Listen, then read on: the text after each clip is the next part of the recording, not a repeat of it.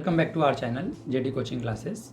In the last video we have already seen chapter 3 of science part 1, okay, that is chemical chemical reactions and equations. So in this video we will see chapter 4, that is effects of electric current. So first of all we will start with important points, okay, and question bank जो रहेगा वो आपको description में दिया रहेगा. So you have to download it. Download करने के बाद में आपको सॉल्व करना है, ओके. सो पहले हम इंपॉर्टेंट पॉइंट्स देख लेते हैं ये वीडियो में, एंड देन आप क्वेश्चन बैंक डाउनलोड करके सॉल्व कर लीजिएगा. एंड जो नेक्स्ट वीडियो रहेगा उसमें वो क्वेश्चन बैंक के ऊपर सोल्यूशन भी अपलोड कर देंगे, okay. So let's start with the important points. So screen पे आपको दिखता रहेगा जो जो फोर्थ चैप्टर का फर्स्ट पेज है वो ओपन किया हुआ है, ओके. सो जब वो स्टार्टिंग में देके रखा है कैन यू रिकॉल, तो ये तो इतना इंपॉर्टेंट है नहीं, ओके. एंड ये आपको मीन्स वो लोग ने इंट्रोडक्शन देके रखा हुआ है स्टार्टिंग, ओके. सो ये जो फर्स्ट पेज है उसमें इतना कुछ खास इंपॉर्टेंट दिया हुआ नहीं है. देन जो सेकेंड पेज है, हाँ, सेकेंड पेज में आपको है जो लर्न करना है वो इंपॉर्टेंट पॉइंट्स में मार्क कर दे रहा हूँ, हाईलाइट कर दे रहा हूँ. सो इसमें एक जो लर्न करने वाला जैसा है वो है फॉर्मूला, ओके. सो एक पावर का फॉर्मूला है. सो पावर का फॉर्मूला आपको लर्न रखना है. सो ये एक P is equals to V Q upon T. V जो रहेगा आपका पोटेंशियल डिफरेंस रहेगा between ends A and B, A और बी जो एंड है वायर का, तो उसके बीच में का पोटेंशियल डिफरेंस रहेगा. या आप वायर बोल सकते हैं, सर्किट बोल सकते हैं, जो भी रहेगा, ओके. एंड Q जो रहेगा चार्ज रहेगा, एंड जो T है वो आपको मालूम है टाइम इन सेकेंड्स है. एंड आपको हर एक केस में इसमें आपको उसके SI यूनिट्स भी याद रहने चाहिए.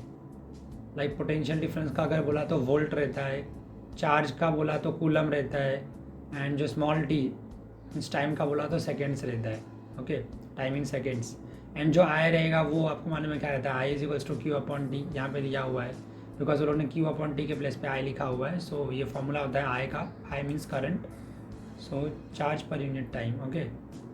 सो ये आपको फॉर्मूला दिया हुआ है करंट का. सो ये आपका करंट का फॉर्मूला भी आपको याद रखना है. एंड देन ये जो फॉर्मूला देकर रखा है पी का वो भी याद रखना है. सो हम लोग को पी का दो फॉर्मूला मिला. सो एक तो V Q upon T and दूसरा V I, okay. And I का तो फॉर्मूला याद ही है हम लोग को, Q upon T. And similarly आपको ये भी पता रहेगा that V Q is equals to W, work done, okay. So W is equals to V Q. So भी आपको एक याद रखना है जो उन्होंने दिया हुआ नहीं है. तो वो मैं एक बार इधर नोट कर देता हूँ. W is equals to V Q, W is equals to V means potential difference, okay. And ये जो Q है ये चार्ज को सिम्बोलाइज कर रहा है. So W is equals to V Q, ये आपको याद रखना है. सो ये भी आपको मे भी नेक्स्ट आने वाले इसमें पेजेस में तो मिलेंगे, और नहीं मिलेंगे तो आप ये याद रखें क्योंकि हम लोग यहाँ पे वी क्यू को रिप्लेस करके W भी लिख सकते हैं, ओके. जो आपको नेक्स्ट देके रखा हुआ है वो दिया हुआ है हीट का, ओके. जो हीट का फॉर्मूला देके रखा हुआ है वो दिया है power multiply by time. And वही फिर सब्स्टिट्यूशन किया हुआ है. पी का फॉर्मूला हमको मालूम है V I, so V into I लिखा हुआ है, एंड देन टी वो एज इट इज़. सो इसमें आपको जितने भी जो सब्स्टिट्यूशन करके दिए हुए हैं ना वो आपको याद रखना है. बिकॉज वो लोग क्या कर सकते हैं, आपको बोलेंगे लाइक ऑप्शन आपको दिया रहेगा एंड एक क्वेश्चन ऐसा कुछ तो दिया रहेगा, heat can be expressed as, okay. And चार आपको ऑप्शन दिया रहेगा. सो चार ऑप्शन में से कोई भी तीन जो ऑप्शन देंगे वो इनकरेक्ट रहेंगे, ओके. एंड ये नेसेसरी नहीं है कि वो लोग ने जो फाइनल जो आंसर रहता है मीन्स लाइक आपको यहाँ पे जो बॉक्स करके दिया रहेगा हीट का वही पूछने वाले. लाइक यहाँ पे देखो आपको देके रखा heat is equals to I square multiply by R into T. तो ये नेसेसरी नहीं है कि आपको यही एक दिया रहेगा, दूसरा भी दे सकते हो लोग, वी आई टी भी दे सकते हैं, पी इंटू टी भी दे सकते हैं. तो आपको कभी याद रहेगा मीन्स आपको हर एक टर्म्स में याद रहना चाहिए. पोटेंशियल डिफरेंस के टर्म्स में याद रहना चाहिए हीट का फॉर्मूला, देन पावर के टर्म्स में याद रहना चाहिए, देन करंट एंड रेजिस्टेंस के टर्म्स में याद रहना चाहिए. तो अगर आप ऐसे अगर याद रखेंगे मीन्स अलग अलग कितने फॉर्मूले बन सकते हैं, अगर आप वो देख के पढ़ेंगे तो आपको एकदम ईजीली इसका आंसर मतलब आ जाएगा आराम से. एक बार अगर आप ऑप्शन देखेंगे एंड आपको फॉर्मूला अगर सारे याद रहेंगे तो आप सब्स्टिट्यूशन करके आराम से निकाल सकते हैं. बिकॉज किसी को अगर ये भी मालूम है हीट का फॉर्मूला पी इंटू टी, तो वहाँ पे बोल सकते हैं कि पी का फॉर्मूला उन्होंने पढ़ा हुआ है वी आई होता है, ओके.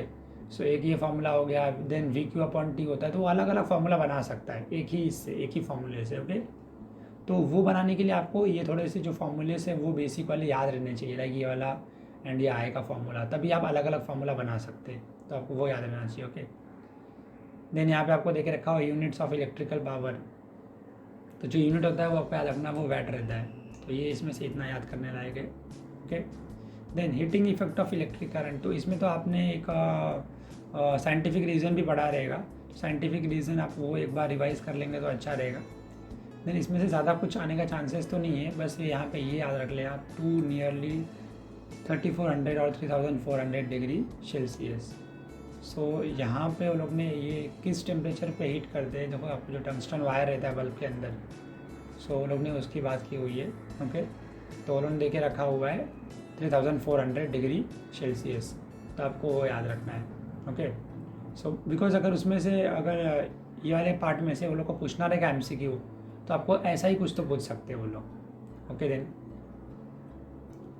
एंड इसमें से आपको ये याद रखना है जो यूनिट्स है, like 1 kWh is equals to watt, तो क्या रहता है 1 kWh, तो आपको ये याद रखना है 3.6 मल्टीप्लाई बाई 10⁻⁶ जूल। ये जूल तो आपको पता रहेगा, ये हीट का ऐसा यूनिट है। ओके, तो आप वो भी याद रखें। देन बाकी तो इसमें से आपको साइंटिफिक रीज़न के लिए था, इसमें से MCQ के लिए इतना इम्पोर्टेंट नहीं है। ये याद रखना है आपको कि इन्फ्लेमेबल मटेरियल कौन से होते हैं। सो ये एग्जांपल्स आपको 2-4 याद रख लेने के, आपको वैसे पता भी रहेगा बट फिर भी आप एक बार रिवाइज कर लें। एक बार अगर आप रीड भी कर लेंगे ना टेक्स्ट बुक को, तो आपको अच्छे से पता लग जाएगा कि कौन सा इसमें से इम्पोर्टेंट है अपने लिए एंड कौन सा नहीं। And most of the points तो मैं खुद ही मार्क कर दे रहा हूँ। ओके,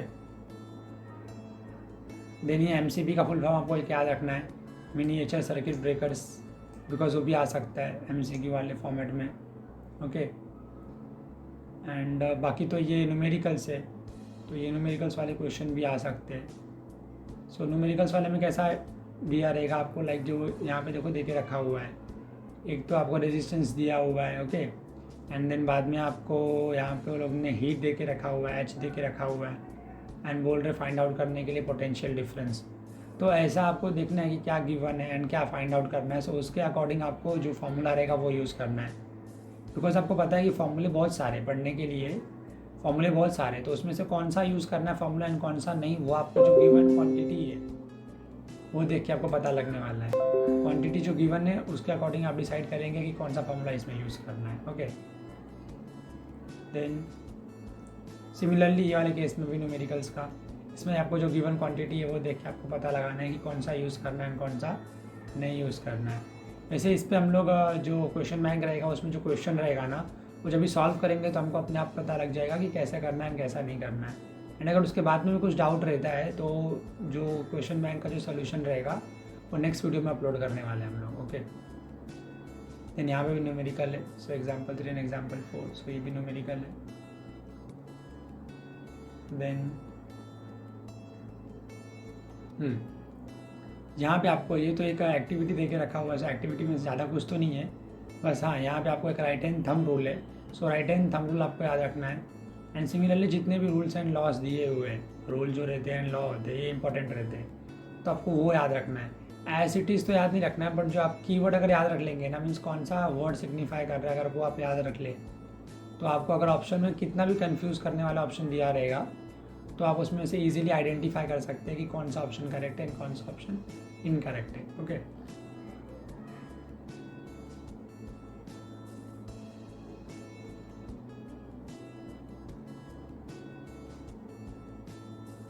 यहाँ पे आपको थियरी देके रखा हुआ है, एक सोलेनॉइड का डेफिनेशन है, सो आपको वो याद रखना है। मैं भी टेक्स्ट बुक में आपको इतना अच्छे से देके नहीं रखा हुआ है सोलेनॉइड का डेफिनेशन। ओके, तो अगर आप कोई नोट्स फॉलो कर रहे हैं तो उसमें हम देखेंगे ना, तो आपको एकदम एक सिंगल लाइन में आपको देके रखा हुआ रहेगा डेफिनेशन। सो इसमें एक ही आपको याद रखना है कि जिसमें वायर रहते हैं वो कॉइल्ड रहते हैं, अगर आप इतना भी याद रखते हैं तो आपको वो याद रहेगा इसके लिए डेफिनेशन। बाकी इतना इंपॉर्टेंट नहीं है, लेकिन हाँ अगर डेफिनेशन पूछते हैं तो इसमें से सोलेनॉइड का ही पूछ सकते हैं वो लोग। बाकी इसमें से MCQ तो कुछ नहीं बनेंगे, मीन्स जो ऑब्जेक्टिव क्वेश्चन रहते हैं वैसा तो कुछ नहीं बनेगा। Okay, and Fleming's left hand rule भी आपको एक बार गो थ्रू कर लेना है, मीन्स कौन सा फिंगर क्या इंडिकेट कर रहा है आपको। देखो फ्लेमिंग्स लेफ्ट हैंड रूल था, एंड जो ऊपर राइट हैंड आपको जो थंब रूल देके रखा हुआ था, इसमें आपको करना क्या रहेगा कि आपको सेग्रीगेट करना है कि कौन सा रूल में या फिर कौन से लॉ में क्या डिफरेंस है दोनों में। क्योंकि एग्ज़ाम में तो आपको कंफ्यूज करने के लिए सारे रूल्स एंड लॉज के ऑप्शंस में एक साथ में भर के दिया रहेगा वो लोग ने, कि आप देख के ही कंफ्यूज हो जाएंगे। तो इसके लिए आपको करना क्या है कि क्या डिफरेंस है आपको वो पहले नोट डाउन कर लेना है, क्योंकि आपको एकदम एज इट इज़ इंग्लिश तो लिखना नहीं है वहाँ पे। सिर्फ अगर आपको डिफरेंस याद रहेगा ना तो आपको ऑप्शन कास्ट आउट करने में हेल्प होगा। तो आपको सिर्फ ये देखना है कि क्या अलग है दोनों में। अगर आपको डिफरेंस देख लेते हैं दोनों में क्या अलग है तो आपको ईजिली आंसर तुरंत आपको मिल जाएगा। ओके।